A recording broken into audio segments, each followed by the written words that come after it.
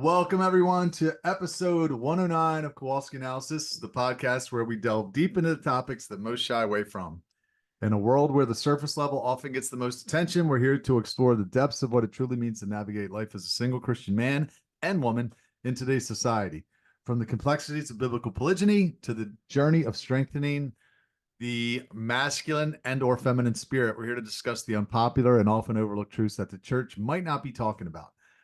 So I'm pretty excited. I got a big guest, I think, somebody that many people in this world know, and I've heard his name mentioned a lot, and I've read his book, one of the first books I read on the topic when I discovered this truth last year, and his name is Don Milton. He's an author, and he has been researching polygamy since 1971, the year before I was born, when at age 17, his girlfriend first suggested the idea to him. Over the years, encounters with women from diverse cultural backgrounds, including the Philippines, further piqued his interest. His journey took a pivotal turn in 1990 after he committed his life to Christ and began to see polygamy not only as a possibility, but as a biblical command in some cases. His exploration deepened during trips to the Philippines, where he engaged with Christian polygamous communities and researched extensively on the subject. A graduate of the University of Washington with a BA in linguistics, Don used his skills to study biblical texts and historical contexts of polygamy, which eventually led him to write The Prince of Samba, Husband to Many Wives. That's the book I read. A novel interwoven with biblical history and theology. The novel, accompanied by 385 footnotes, remains a seminal work in Christian polygamy literature. In 1998, Don launched several websites, including ChristianPolygamy.com and ChristianMarriage.com, where he shared articles and corresponded with readers on the topic. His work has included republishing books by historic Christian polygamists such as Martin Madan and Bernard Ochino. I probably butchered that. Sorry. His latest novel is Ron and Bruno, Against the Dictatorship. He continues his carnivore diet, and his faith and studies remain central to his life and work. Welcome to Kowalski Analysis, Don. Thank you for coming on. Thank you. Thank you for inviting me. That was quite an introduction. I usually don't have somebody on that long before I give them a chance to speak, so I apologize. That's not my fault. Are you in the Philippines? I am. You already? And I'm sitting in my, I should turn that air conditioner off because it makes a lot of noise. Sure. Okay, any sound that you hear now will be kids in the background or dogs barking or a rooster crowing. Yeah. Okay, no, that's and great. By the way, the last book is Ron and Bruno Against the Dictatorship. Dictatorship. So that's basically like Fauci and those guys? I won't name names here. I've been very careful in the book to avoid any kinds of slander charges. But there's a lot that are worth slandering, but I won't do that. Yeah. In fact, that's the core of my ministry, really. After I discovered Martin Madden, became ministry against slander, because that is where all of the borderline anti-Semitic attacks against polygamy come, is from those who would slander. So I've always taken the position that I don't have to defend. Those people who attack it have to outline what is this sin that they're attacking. And they don't do it. And they can't do it. Yeah. No, I've said that. I think I heard William Luck. He has a series on polygamy, and he talked about how the burden of proof is on them. They're the ones saying that it's sin. Show us where in the Bible does it say it's sin. They can't do it, of course, like you said. I want to talk about your books for sure. Prince of Samba was a great book I read. I loved how it wrote almost like a romance, science, or fictional novel, and weave polygamy into a Christian polygamy. But I really more interested in, so you were raised in a Christian home, and when you were 17 years old, your girlfriend suggested that you marry her and some of her friends. It was quite a suggestion. I don't want to get into the details, but it became very clear that's what she wanted. Wow. And then she took me down to a place called Takilma, Oregon, which at that time had a polygamous community. And I had never seen anything like that.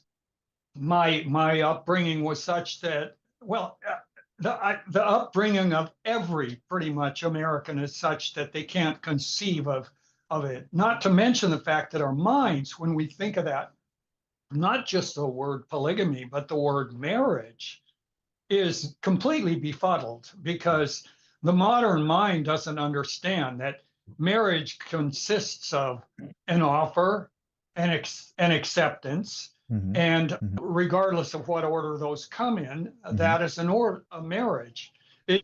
And it doesn't matter whether it's a Christian or someone who's not a Christian, because it's a physical act. The offer is a physical act, the acceptance is a physical act, Mhm. and the consummation is a physical act. Mhm. It's way more simple than people want to make it. So how did you respond to her when she suggested this? I know personally, I would have been like, I hit the jackpot here with this girl. I would have been excited. But then again, I was girl crazy. I didn't have a lot of, I wasn't raised in a Christian home per se. I had a little bit of exposure to it, but were you like freaked out? Were you like, oh, I can't do that? That's Well, sin. I wasn't raised in a Christian home in that sense. I did have to go through it. My parents took us to a Lutheran church, Mm. and I was a fairly rebellious kid. So I did it to please them. As like my last gift and act for them was to complete this confirmation in the Lutheran church. So we had a very uncooperative group of kids during the years that I first studied for the conference. And it was a Sunday and a Wednesday night thing for the whole year. I don't know if it was summer, it probably was. It was fairly rigorous. And then the new pastor that said, this is not good. I don't like what's going on. You're going to have a third year. And he carried us all over to study for a third year. So I got some good information during that time, but I was by no means a young man walking with Christ, not Gotcha. at all. Okay. And at the time that this girlfriend suggested that we have more than one of us in the relationship, I was used to having a 1 or 2, maybe tops 3 week relationship where we Mhm. had physical relations. Mhm. But I just didn't conceive of a permanent relationship at that time Mhm. in my life, and I Mhm. really didn't for quite a few years. So it was more of a cultural thing that kept me Mhm. from thinking this was something doable. And it was also, I was very immature when it came to relationships at Mhm. that age. Mhm. There's some people that are very mature at that age. My son, for example, he's married and he's 21. So a lot of guys can have permanent relationships, but I was brought up to be let to range loose on the range by my parents. I Mhm. would simply call home and say, I'm not coming home tonight. I'm at so and so's house and I'm safe. Mhm. And that's how I led my life. So I hitchhiked with my girlfriend down to Tacoma, Oregon, which from Seattle was about 500 miles. I don't know, something like that. And then a friend of mine became very curious. So I went ahead and I hitchhiked with him later down to that area to show him there were polygamists. And at that time, I'd been working out and I brought a certain portion of my weight set in my backpack. And I would get into people's cars and they'd say, what are you carrying in there, weights? And I say, yeah. So I was an odd character. And in fact, I hitchhiked from Seattle all the way to Newfoundland, Canada, and back when I was 19. But my reaction to her, in short, was simply that the relationship ended because that was the nature of my relationships at that age in my Sure. life. But knowing what you know now, because this has been my impression. So I was like you. I was like, never wanted to be married. I just wanted to play the field. I wanted to sleep with girls and never get tied down. But had I known about polygyny, maybe I would have married some of them because I wanted the variety. I knew I wanted the variety. And so I just fornicated.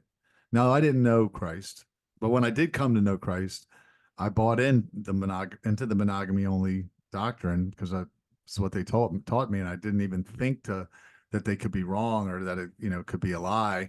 But had I known, of course, there was probably several girls along the way that I were good girls that I may have just married. So do you think you would have been more likely had you? Oh yeah, it would have been completely different. I would have had probably 100 wives by now. Um, I'm not kidding. Yeah. That's how my life was. And in fact, I probably do have technically dozens. Because they were virgins. The act of sex with a virgin is marriage. The only thing missing is a dowry, which simply means that I'm in debt to whatever guardian these young women had. So I don't think there were dozens of virgins, but it might have bumped against a dozen. Who knows? It's impossible to know back in that era. Sure. But I do remember seeing the kind of a melancholy look that some of the fathers had when I went to pick up their daughters. Knowing now, having my own daughter and having my children, I look at life a lot differently. Yeah. But yes, marriage involves those three things, and all of those three women in that situation were really quite interesting. One of them ended up going to the Philippines herself, just completely unrelated to what I did.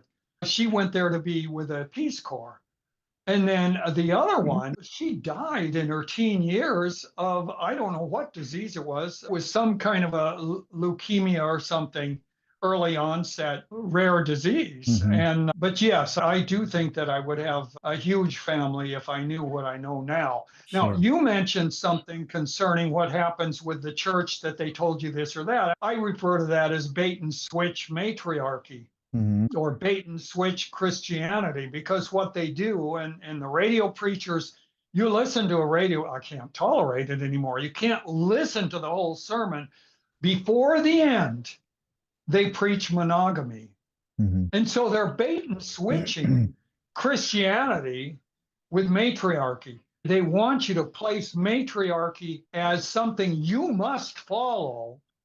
That brings you on the road to Christ. It's every bit the same as if a church says you join our church or you don't make your way to Christ. Right. So the Protestants and all of the, really almost all of the Baptist churches and any other churches for that matter, follow that practice that they substitute matriarchy for the church.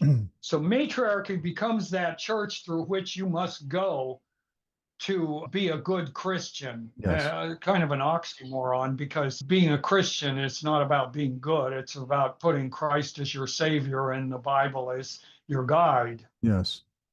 Yeah, I just got done reading a great book called Exposing the Spirit of Ashtoreth by Jacob Folk. I told him actually that you were coming on today and I was going to talk to you. And he basically compares monogamy only to goddess worship.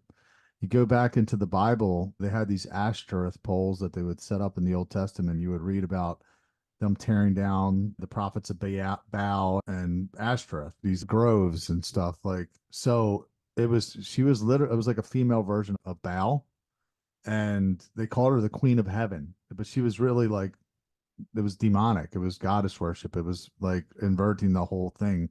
And every time a patriarch, a polygynist specifically, would rise up, Gideon, and he went through the list of them, he would restore the nation of Israel to worshiping God and God alone. He would get rid of but then every time he would die, they would return to this Ashtoreth worship, this goddess worship. And he really believes that this end times harvest is tied to a return to polygyny. Because if you read Isaiah 4, go ahead, speak. Speak on that. Yeah. And the Romans had a similar situation in that they had the so-called goddess moneta. And moneta is where we get our word money or support from. And then you have matrimony, which is mother support. And so the word itself, matrimony, comes from idolatry. And in fact, current website is andromony. I've just simply put it up again recently, except for the educational portion has been there for some time. But andromony refers to man support. And that's in fact what the relationship between man and woman is. The consummation between the virgin and the man who deflowers her is the beginning of that andromony. Now, that brings up something else, which just slipped my mind. I'll think of when I take another drink of coffee. Everybody, do me a favor, drop a comment. Let me know that you can see and hear us okay. We're different parts of the world by a lot. and let us know where you're watching from. If you read Don's books, let him know, and make sure you leave him a review. Go on Amazon, leave him a good review if you read his books. So what prompted you to write? Okay. Go ahead, finish what you did. It come back to you? Yes, andromony, which is male support relationship. Now, when we look at marriage itself, that word isn't even found in the Bible. If you look at the Hebrew, it's other groups of words that are translated into the English word marriage. In addition, the word wife is not found anywhere in the Hebrew or Greek. The word is always woman. Now, when you look at the two words next to each other, my wife, that puts one thing in your mind. It's very cultural. If you say my woman, you think, what a crude man saying my woman. But that crudeness is in fact not crude at all. It's godly, and it is the way that the relationship is. She is your woman. But go ahead. Let's continue on the track that you wanted to have. So a woman responded on TikTok today. I was reading some comments, and she said, basically said, women don't need to belittle themselves to be in a polygynous marriage. Jesus is the only husband that we need. Now, isn't the primary point of a woman to be on this earth to be married to a man and be a mother? Or am I wrong in that? Yeah, it's really sad when somebody thinks that they're belittling themselves. They're actually becoming a very godly woman and raising up themselves to what God wants them to be. Women have that really fantastic honor that they not only get to have a Lord in heaven, but they get to have a Lord on earth. The only thing that comes close to that for men is if they're a soldier and they have a commander that they must follow. Right. And we see that's not given short sight, because Jesus recognizes the centurion as somebody who's very godly, because he explains, I give orders and they're followed. Right. And I know that when you order the healing of this woman, that person will be healed. Yeah. I can't remember if it was a woman or a servant that was specified in that. Yep. But the concept of serving a master is not degrading. In fact, the word for support, the help that the woman is to the man, God has also referred to that as that help when David in the Psalms refers to God being his help. So there's nothing low about being one who helps another. Yeah. And it's a godly position. So that woman, we need to pray for her, because she's got some confusion. And really, I have great respect for women who have relationships where there is a man in dominion and he has more than one woman under his dominion, and she accepts it. That's a show of respect, not just for that man, and it's certainly not a show of disrespect for herself, but it's also a show for respect to God. The thing is like the Bible says, love your neighbor as you love yourself. How can you be a woman if you have a godly husband? And look at all the need out there and see how many women can't find husbands, godly husbands, and not be willing to share, because you're like, no, he's mine. That's selfish. It's jealous. It's like all the things that are associated with the other guy, with the enemy. So yeah, I see your point. I do want to mention this, and it's the metaphor would be our world contains many people and many occupations, and some of those occupations require great focus, but they don't get paid well, or they require certain kinds of vocational training, etc. And they're not necessarily, it's not like the business guy who's got thousands of people working and he's brought something out of nothing. But all of them have a great value. If we didn't have the person who's the cashier or the person sweeping the floor, all of that, we'd be in bad shape. Right. So I want to give this to the ones who don't seem to be able to accept it. We know that only about 10 to 20% of men would be polygamous in a society where it's completely acceptable and all of the checks and balances are in place to make sure that it's a godly relationship and so forth. There's going to be a good number of them who simply aren't suited for that. And it's going to be a natural tendency if they're not chosen for such a relationship, that they're going to be somewhat protective. I think that's a human characteristic. I don't think it's necessarily female. There are female characteristics. It was Eve who spoke with Satan, and then Adam accepted the offer from Eve Yeah. of the forbidden fruit. Mm. But there are a lot of things where we share in that both men and women have sibling rivalry and so forth. So I think that each woman is going to have her opportunity or not. But society itself and the upbringing of women to believe in this, I hate this word, but it fits, the privileged position of wife. It's really an English title. Mm. It's not the individual spoken of in the Bible did not have those characteristics that the modern wife has. You would never see a sitcom, if you can imagine one 3,000 years ago, where the man was being belittled Right. and the woman was this proud woman walking around. Except we do need to remember King Solomon did write, better live on the rooftop than in a house with a brawling woman.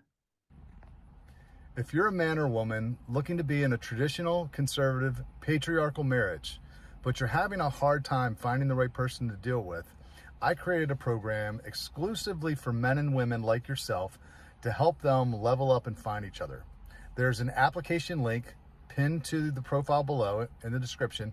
Take a moment to click that, fill it out, and we would love to jump on a one-on-one call with you to see if you would be right for our program.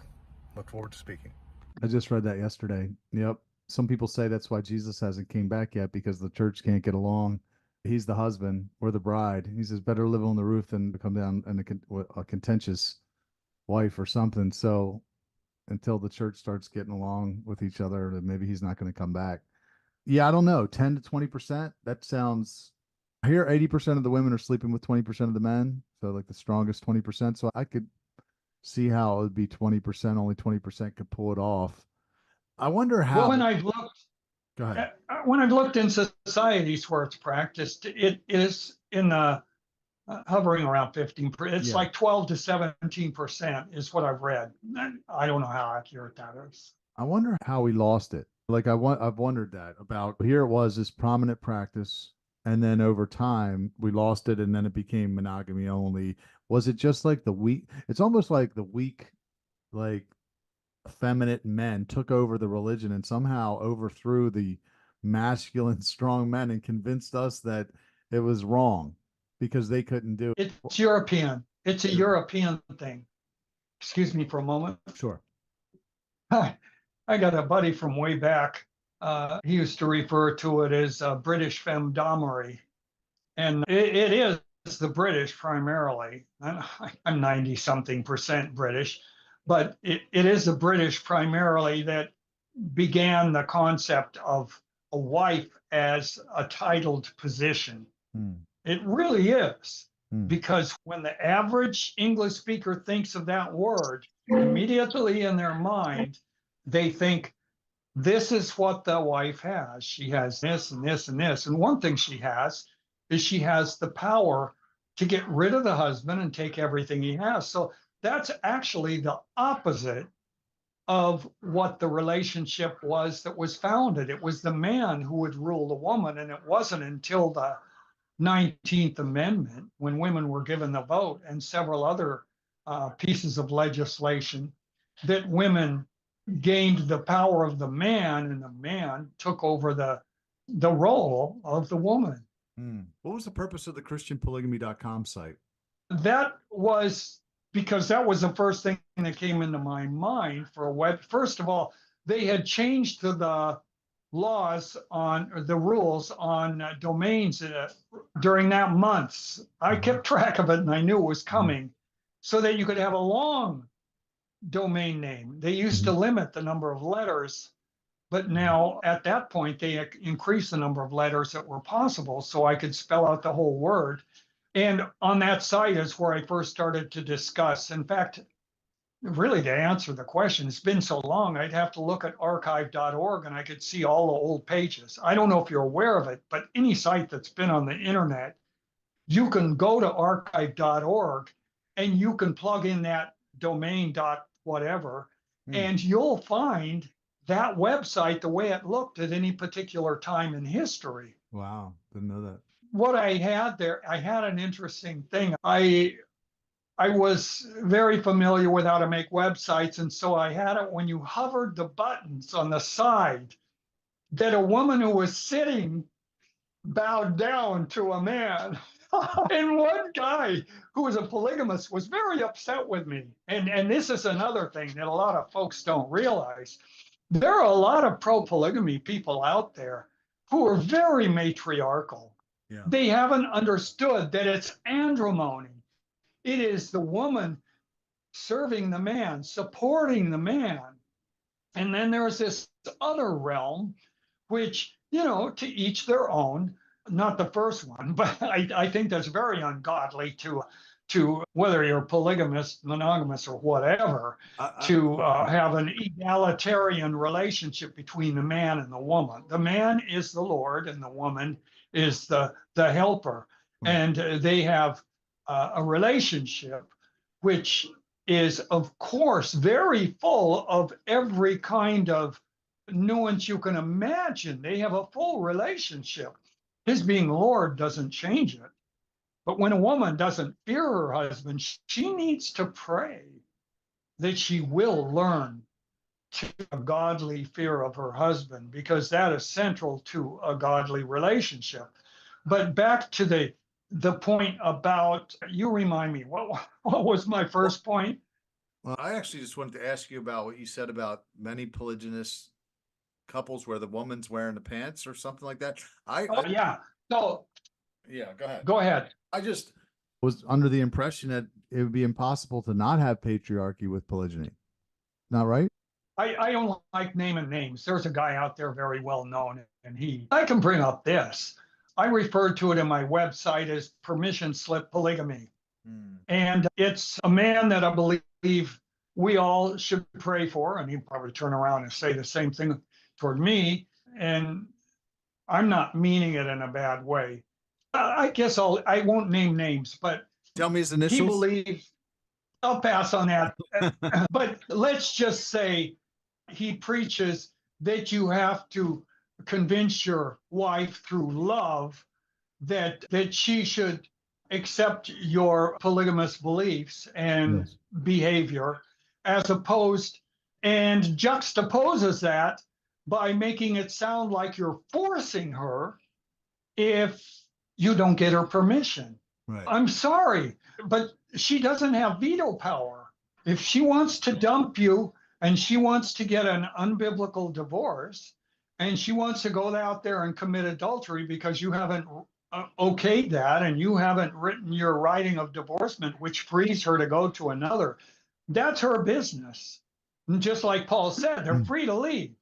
But once they go with another man, then they've committed adultery if you haven't signed off. Now, my attitude is, who knows what would happen if I were in that circumstance, but in my mind, thinking about the future, what if such and such happened?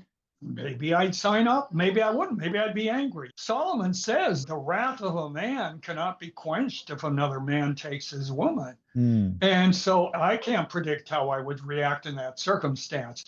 But back to the situation, the woman, she doesn't have veto power.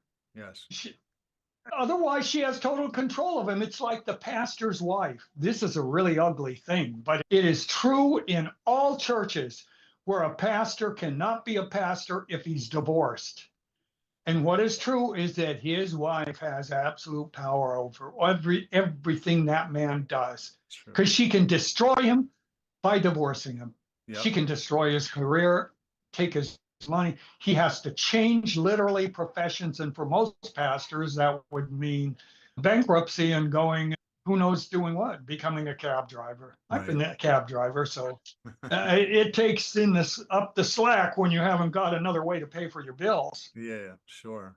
No, you're right. And this is why women are filing for divorce at such a high rate, because they're not supposed to have that responsibility placed on their shoulders and that power, because they're emotional beings. Well, and it all began with Satan tempting the woman. Right. And it's just the way women are, and they need to be led. and they want to be led. Yes. And if a man doesn't lead his woman, that's the definition of a beta. Yes. Let's talk about the Princess Samba. So what inspired you to mix adventure with theological discussion, and how have readers responded to such a unique take on this controversial subject? There was probably something that I had thought of, and I thought this would make a funny little thing or be an interesting thing to write. And then I thought this would also be interesting. And the next thing I know, I'm writing a book. There was something like that I wrote way back, and it was just a short paragraph. And a professor had a student whose wife was very upset that the professor was a polygamist. And so she sent her husband with a question that she believed would stump the polygamous professor. And so her husband went in and dutifully asked the professor, my understanding is that your wives argue over who will cook breakfast and who will wash your clothes and who will do the dishes. And the professor answered him, yes, you're absolutely correct. And who does your wife argue with over who will wash the dishes and who will cook your dinner and who will wash your clothes? And so that kind of a thought started to weave its way into a novel. And then I realized, you know what? A lot of people are more influenced by a story than they are by Facts. by something that's, yeah, facts. And also myself, I found that reading a book of facts can be very boring. Yeah. And another thing that at the time that I began writing it, I realized was because I go to the store and page through a few Christian novels, and I realized these guys are just saying this stuff. I don't see any Bible verses. I don't see any references. I don't see anything. This is just cultural nonsense. And so I said, I'm going to put footnotes in my book so that not only do I present a clear view of what Christianity is, but I also present a clear view of what the history is. And another thing that irked me, and this doesn't have so much to do with the style of writing, why I decided a novel, because that was just an eclectic few first writings. And then I decided this is going to be a book. But another thing was that I realized, man, I'm forgetting a lot of stuff today. You caught me early before my second cup of coffee. That's fine. You're doing great. Another thing that irked me was I read repeatedly by people, nobody in, first of all, I don't take this as a valid argument, but they would say nobody in history that's anybody that could be spoken of well has ever said that polygamy is okay. Wrong. It's not an okay form of marriage, they said. And I said, because, and I started researching it. First of all, I had a little bit of knowledge of, and so I researched that and found out that Luther and 8 others of the people of the Protestant era, had been at the wedding of Philip of Hesse, which is basically king. And then, on top of that, or I should say during the process, I heard about Madden. And all I heard was that he was a eccentric preacher from the 1700s that wrote something about polygamy. When I researched it, I found out that not only did Madden write 3 volumes that were in favor of polygamy, but before he did that, he had founded a hospital for the treatment of venereal disease. And he wasn't a polygamist at that time by any means. He never did practice it in his own life other than preaching it. Right. But he had founded this hospital. And during this time, with all these women who were smitten with venereal disease that at that time were incurable, during his anguished prayers for these women and seeing their slow death, he realized that this was all happening because the laws in the Bible were not being followed in Great Britain. And as a result, he wrote these 3 books. But before that, this godly man had produced a hymnal that was used by the end of that century, was used 3/4 of it in the Anglican hymnal, word for word, note for note, lifted from his hymnal. Yeah. And that he was the most famous preacher in London in the 1770s, just prior to his writing these 3 books. Wow. And so I started studying him. So he became part of that. Then I realized there's this other guy. And during that time, he's an acquaintance of mine who told me about this website, Advanced Google Book Search. And on the Advanced Google Book Search, you can find stuff from libraries all over the world. And I was able to find Thelaphthora. And then I was also able to research other polygamists, and I came up with other names.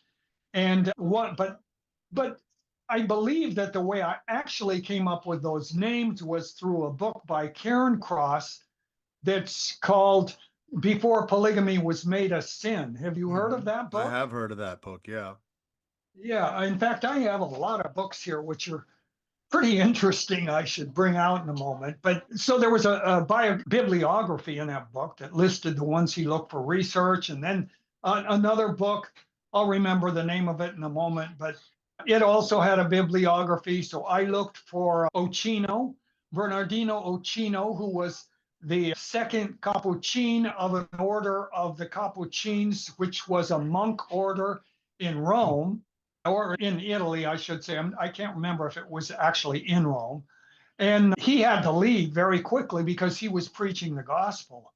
And he went to England and was given what was referred to as, I think it's called a prebend or a prebendary or something like that, which is a stipend, an allowance given to preachers. That the government of England actually paid him to be an evangelical preacher. This was in the mid 1500s. And Calvin had spoke well of him. And he was famous for being the most famous Italian preacher. He wrote a book called Dialogue on Polygamy. And so I thought I'll have to read that. And so I purchased that book through Books, the not the original English translation, not the original is horrible, but the one that was from 1732. And it's a beautiful translation of it. So I got that. And then I found other books. And so then I started to list these. And much of that goes into the chapter Madden, A Memory of Love in Prince of Sumba, where I go through and list the different people. But again, that's not an argument for polygamy. So I did place it in the chapter because I think it just vanquishes that argument to begin with, even though it's a fallacious argument. It doesn't matter who says it's right or wrong. It matters what God says is right or wrong. And sin is not sin. What I should say is nothing is sin if the Bible doesn't name it as sin. This is something people don't understand. There's no law. The Bible the Bible really does very clearly signify everything in our lives that's a sin. When you feel bad about something you did, you can go back and trace it to one of two things. Either it's a cultural taboo that you've broken and you're feeling bad about it. And then you can review that and think, is there some other way I need to think about this? Or it really is a sin and it's listed in the Bible. But you can find out by reading the Bible. This is so foggy to the average Christian who has not read the Bible from Genesis through Revelation. And anybody who calls themselves a Christian had better do that starting immediately. If they haven't read it from Genesis through Revelation, in my opinion, at least 3 times, they're not going to have a deep feeling for what God really is saying. And it's something that should be repeated every year, at least for a good 5 or 10 years or the whole life of a person, because we can become wretched if we walk away from God's word. If you're enjoying this video, don't forget to hit the thumbs up button, leave a comment below, and subscribe to my channel. Feel free to share it also with a friend. I would greatly appreciate it. Thanks. It's good, Don. Let's talk about, you write about Christian polygamy in the context of the end times. How do you connect marriage practices with, I'm going to mispronounce this, eschatological beliefs? That's a hard thing because I'm going to pour myself some coffee here. Sure. I have a French press, but I have to send it through a filter after that, or it's pretty rancid tasting.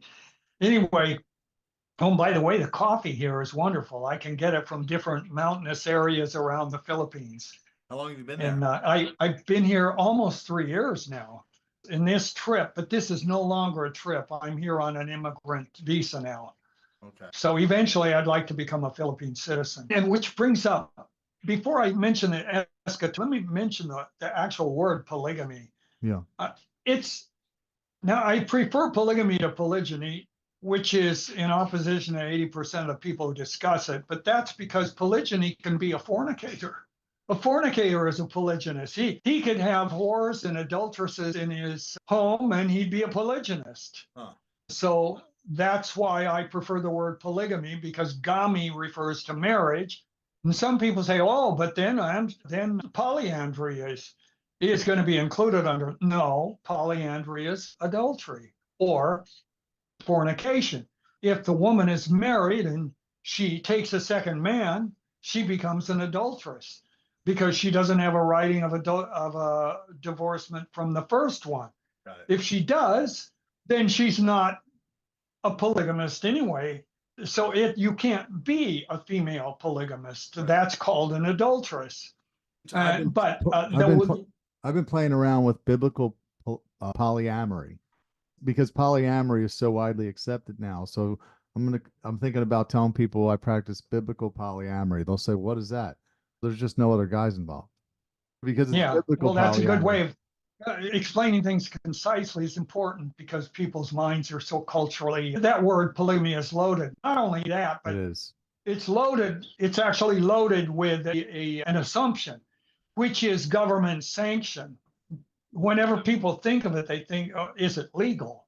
Yeah. But the thing is, that relationship between a man and a woman, where he has more than one at the same time that are unattached, and that he's closed the deal, whether it's by putting a ring that's of value on her finger because she wasn't a virgin and she does have a bill of divorcement, or has obtained one from her first man, etc.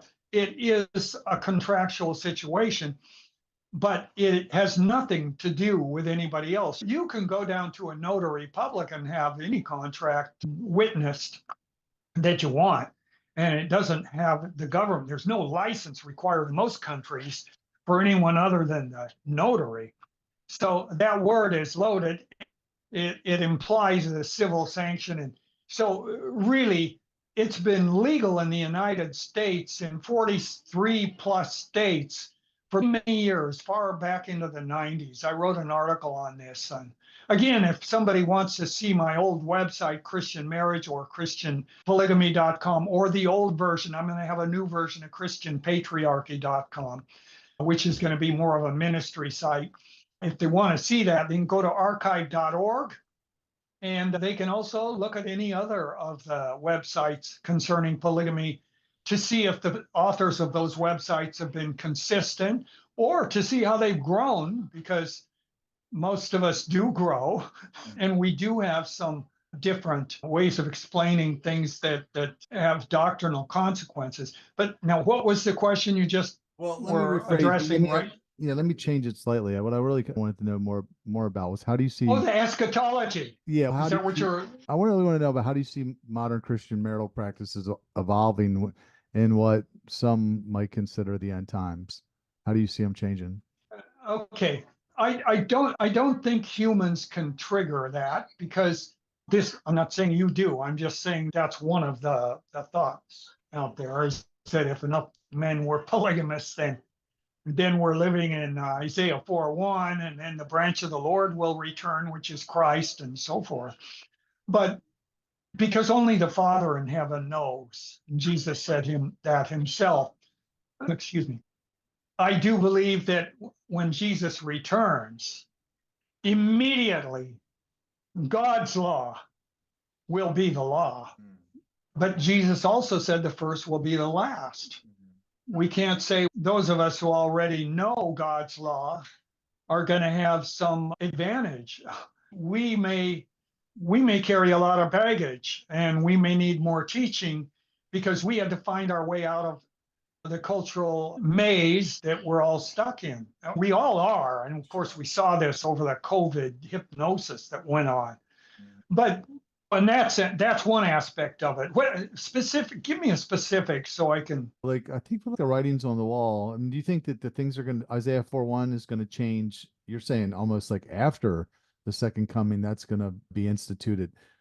Guys, I've wondered that myself. I'm like, hold on, 7 women grab hold of one man. Is that before the second coming, or is that after?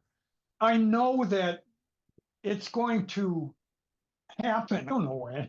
Who can know that? I feel Who like can it's going to know? happen. I'm under the impression it's going to happen before. And I feel like, because he talks about all the punishment in Isaiah 3 of the women and how they're basically punished for being haughty and all the different things, sores and all kinds of stuff, terrible, nasty things that they have to go through. To me, it seems like that this is going to happen before Christ returns. And maybe that's the part of what ushers in the 1,000-year reign or whatever. I get a little mixed up when it comes to all that. Well, my book was written with that Yeah. position. Yeah. And that's another thing. It's a novel. The book was written with that position. Yeah. It doesn't, I'm not saying that is the way it's going to happen. And I do think that's a shame about some of the novels, particularly that the first End Times novel, it was famous with Kirk Cameron in the movie or whatever. Yeah, that was a matriarchal bait and switch, because the one guy should have married that woman. He wasn't a guy having a so-called affair with somebody. I didn't see that movie.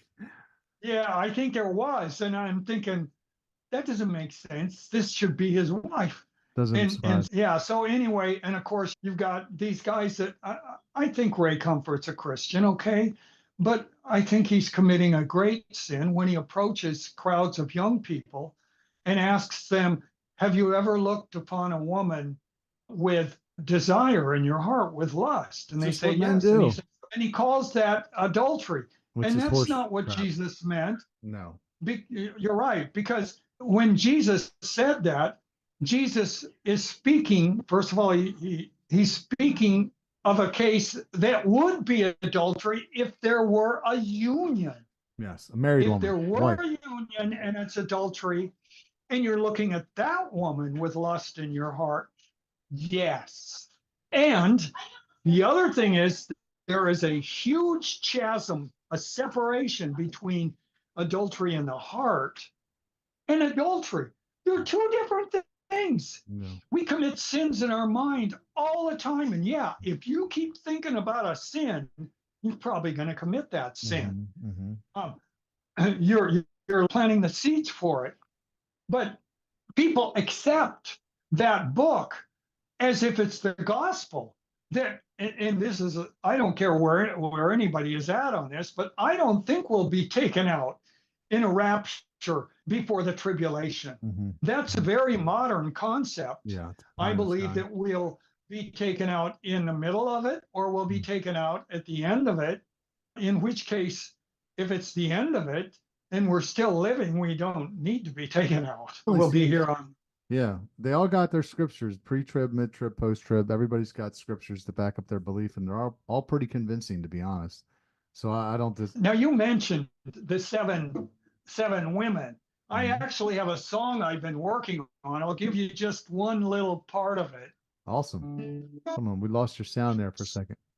Virtuous women and a lordly man, a love that starts now. 7 virtuous women and a lordly man, fire that burns again and again. They never told me, but now they whisper burning words of love.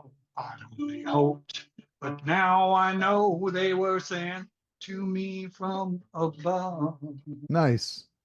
Thank you for There's a 7 women song for you. Yeah, there you go. We're just ahead of the curve. That's what I've been telling the guys.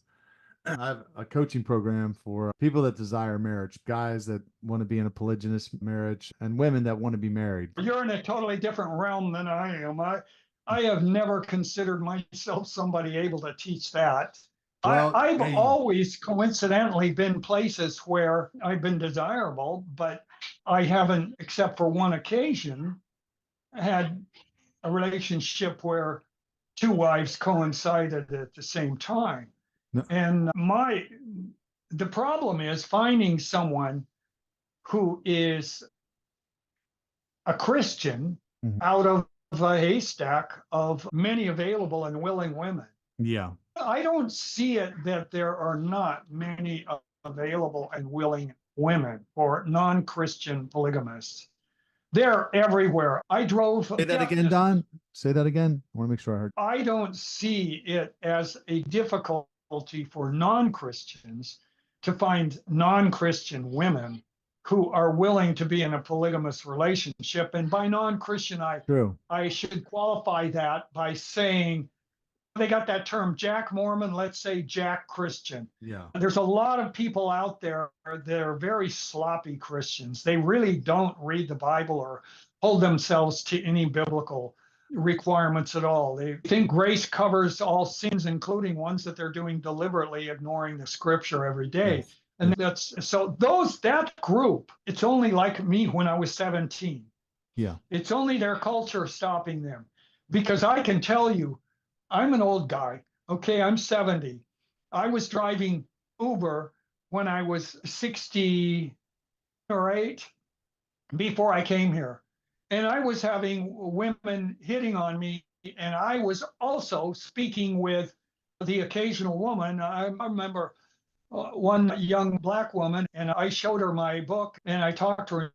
She said, "That's dope, man," which means I think most of your listeners know, but I wouldn't have known had I not been a driver. But it means people are addicted to dope, so it's the center. So it's the same thing. They're saying it's true. And I'll tell you, that part of my life was somewhat not something I wanted to have happen, but that I needed to have happen. I had to lose my hearing to really come to where I had a deeper understanding of what it was for the common person, because I did grow up in a fairly tough environment. I want to open it up to some of the guys in the coaching program. They're here in the patiently waiting to ask you some questions. Who wants to go first? And thanks all of you for coming and participating, all of you other guys. Thanks. I hope you enjoyed this episode of Kowalski Analysis. Thank you so much for spending your time with me. If you enjoyed this episode, please share it with a friend. And if you'd be so kind, wherever you're watching or listening to this podcast, leave a review. It helps more people find it, and I would greatly appreciate it. Thanks in advance.